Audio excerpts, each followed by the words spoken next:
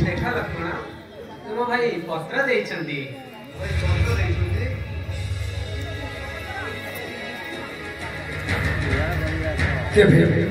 आशा सुंदरी एई बार निश्चय तोते गरीबी जीव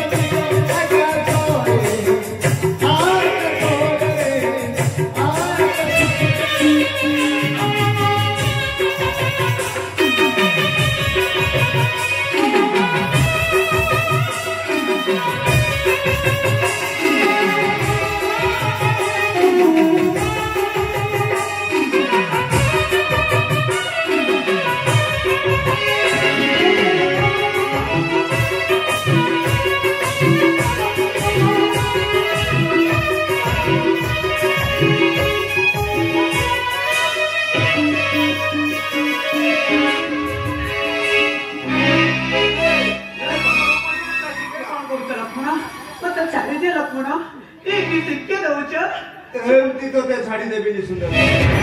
उपयुक्त शिक्षा दे छाड़ी उपयुक्त शिक्षा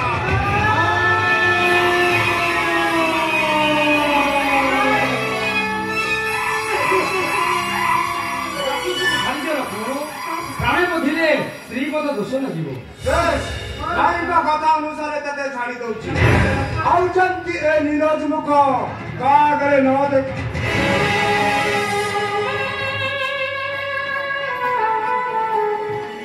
आस लक्ष्मण आस सीधे रे बन रही राक्षस राक्षस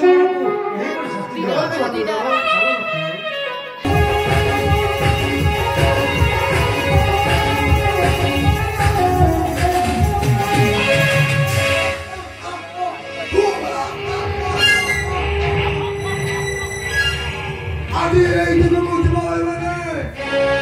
गौरव खाइबा को पर जीवन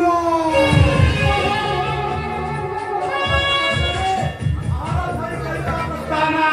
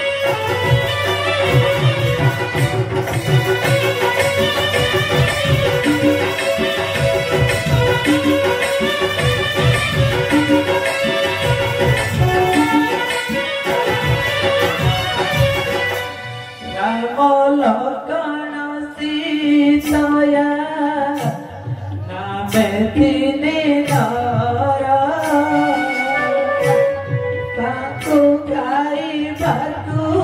गली आनंद मनर भाई आनंद मनर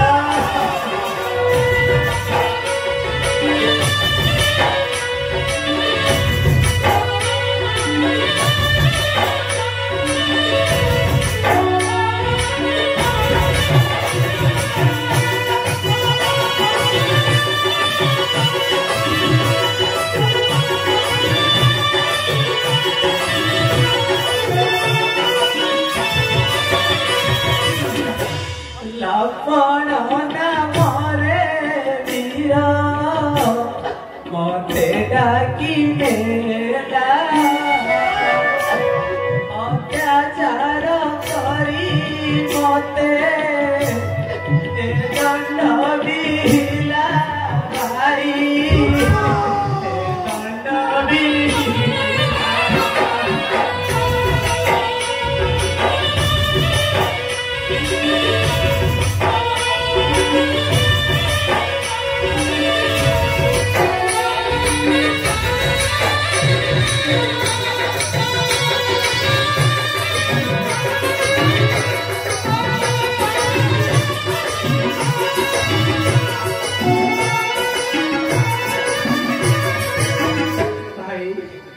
आबार जा खटिला अब कोई तरी नहीं आई चिंता करो नहीं सुमा